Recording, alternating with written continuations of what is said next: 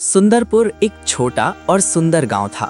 हर तरफ हरियाली, खेतों में लहराती फसल और बीच से बहती नदी उसकी खूबसूरती बढ़ाती थी। सुबह की ठंडी हवा और पक्षियों की आवाज से गांव जी उठता था। हर सोमवार और गुरुवार सुंदरपुर का बाजार लगता था। ताज़ी सब्जियों की खुशबू, गरम जलेबी और समोसे, बच्चों की हंसी और खेल।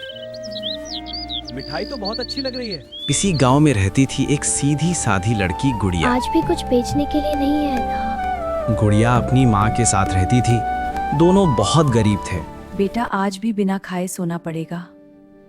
माँ, मैं कुछ ना कुछ जरूर करूंगी। उन्होंने गांव के अमीर आदमी सेठ धनराज से पैसे उधार लिए थे। 1 महीने में पैसा वापस करो, वरना तुम्हारा घर चला जाएगा। माँ और गुड़िया बहुत परेशान थे। हम क्या करेंगे बेटा? माँ, मैं जंगल जा रही हूँ, कुछ ना कुछ तो इंतजाम कर। फिर गुड़िया जंगल में जाती है, पर उसको पता नहीं था कि उस दिन उसकी किस्मत बदलने वाली है। एक दिन जंगल में गुड़िया की मुलाकात एक बुढ़ी औरत से हुई और वो उससे कुछ खाने को मांगती है और गुड़िया के पास जितना भी थोड़ा खाना था वो दे देती है। बेटी, तुम बहुत दयालु हो, ये लो जादुई हंडी। जब तुम कहोगी हंडी खाना बना, ये खाना बनाएगी, और बस करो कहोगे तो रुक जाएगी। हंडी खाना बना। ये चमत्कार है।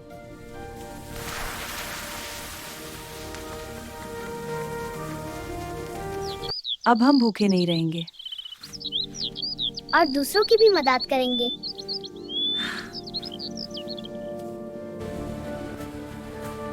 इतना टेस्टी खाना पहले कभी नहीं खाया। फिर माँ बेटी ने खाना बेचना शुरू किया और बाजार में उनकी दुकान फेमस हो गई। धीरे धीरे उनकी जिंदगी बदलने लगी। उनके चेहरे में खुशी झलकने लगी और उनके पास कुछ रुपए भी आने लगे। ये लीजिए आपका पैसा सेठ जी। फिर कुछ दिनों में गुड़िया ने सेठ धनराज का रुपया भी लौटा दिए। ये देखकर सेठ चौंक जाता है।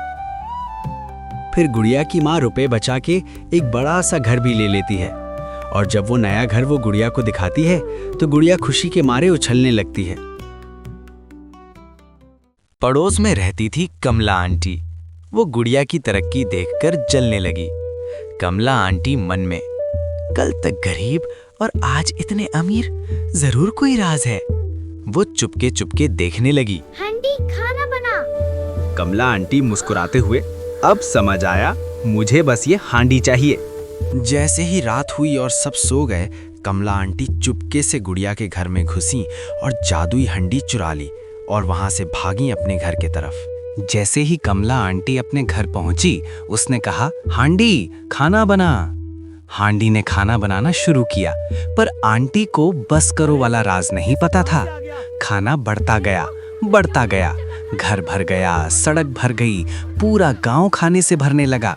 फिर गुड़िया दौड़ते हुए वहां आई और बोली, तुमने गलत किया कमला आंटी। ये सुन के कमला आंटी बहुत शर्मिंदा हुई। फिर दोनों मिलके कमला आंटी के घर गए और फिर गुड़िया ने कहा, हांडी बस करो, तो खाना बनना वहीं रुक गया। बेटा, असली खुशी बांटने में होती है, ना कि छुपाने में। उस दिन के बाद गुड़िया ने हांडी का यूज सिर्फ जरूरतमंद लोगों के लिए किया। कमला आंटी ने कभी जलन नहीं की और सुंदरपुर फिर से खुशियों से भर गया।